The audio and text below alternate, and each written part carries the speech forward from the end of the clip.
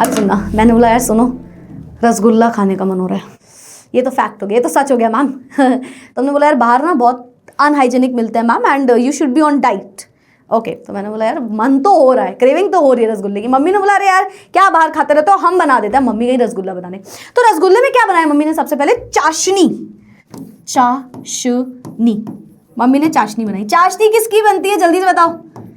चीनी और पानी।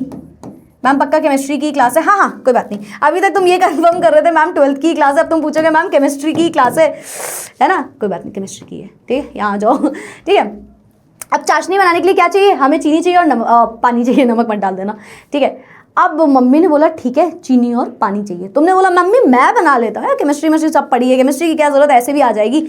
मम्मी ऐसा करते हैं, ये रहा पानी, ये रहा थोड़ा सा पानी जैसा दिखा देती हूँ उसको। मम्मी ये रहा पानी और इसमें ऐड कर देंगे 1 चम्मच चीनी। तो मम्मी ने बोला बेटा डाइट ना अपने घर पे करना। तो तुमने बोला यही तो मेरा घर है। वापस आता है इस पे, जोक्स तो खराब है मुझे भी लगता है। तो सुनो, तुमने बोला यार 1 चम्मच चीनी डाल दे।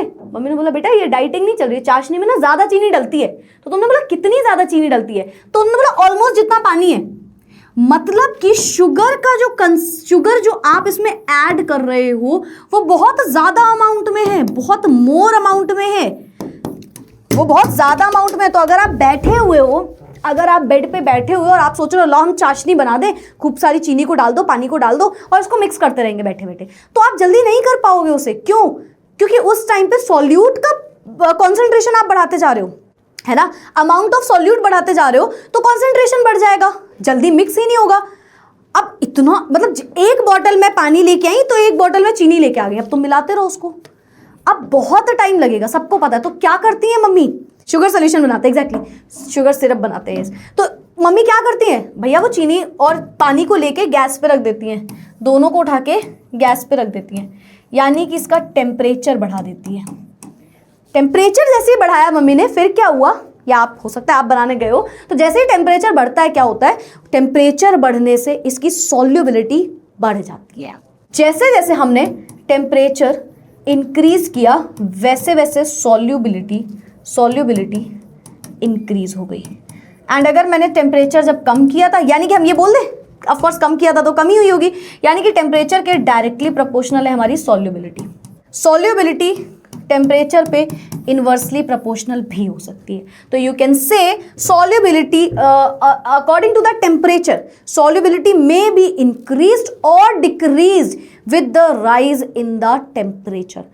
अब आप बहुत ज्यादा मुझे पता है कंफ्यूज हो रहे हो, अगर आप सोच रहे हो कि मैम कुछ भी नहीं आ रहा, हमें तो कुछ भी समझ में नहीं आ रहा, क्या हो रहा है इस क्लास में, क्या हम 12th में बहुत डिफिकल्ट होने वाला है? अरे नहीं, देखो डिफिकल्ट कुछ नहीं है, बस वही वाली बात है, मैं डेप्थ में जाके पढ़ा रही हूँ, मैं उड़ा दूंगी उसको ऊपर से। हाँ टेम्परेचर में ज्यादा, अब एक लाइन लिखी रहती है, मैक्सिमम जगह ये लाइन लिखी रहती है, with increase in temperature solubility may B increases और डिक्रीजेस। बट कब क्या हो रहा है तुमको पढ़ना है यार, डिटेल में जानना है हर चीज।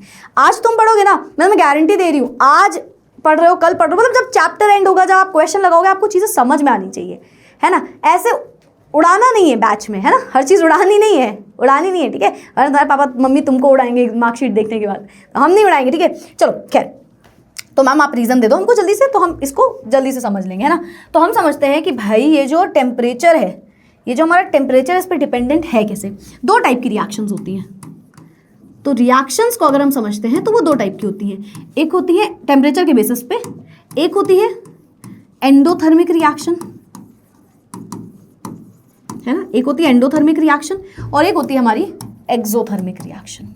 एंडोथर्मिक एंड एक्सोथर्मिक 2 टाइप की हमारी रिएक्शन होती है, एक होती है एंडोथर्मिक रिएक्शन और एक होती है हमारी एक्सोथर्मिक रिएक्शंस, ठीक है। यस मैम, एंडो मतलब हीट एब्जॉर्ब करना, एक्सो मतलब हीट रिलीज करना।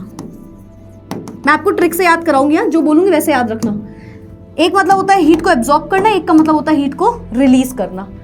अब सुनना मेरी बात ध्यान से, अगर मैं बोल रही हूँ किसी ने हीट एब्जॉर्ब करी और किसी ने हीट रिलीज करी, तो किस टाइम पे सॉल्युबिलिटी इंपैक्ट कैसे करेगी ये समझना। एक्सो मतलब हीट का बाहर निकलना।